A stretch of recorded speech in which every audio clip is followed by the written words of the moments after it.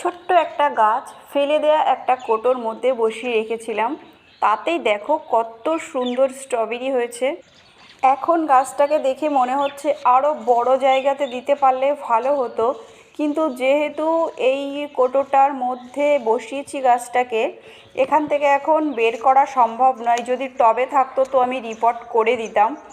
এত সুন্দর ফল হয়েছে দেখো এইটুকু জায়গার মধ্যে, আর প্রচুর ফুল গাছটাতে।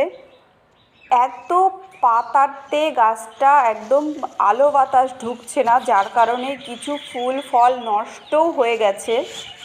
যদি একটু বড় হতো, পাতাগুলো একটু ছড়িয়ে যেত, তাহলে ফলগুলো নষ্ট হতো না। এখন মনে হচ্ছে এই গাছটা এর মধ্যে বসিয়েই ভুল করেছি, কিন্তু দেখতে কি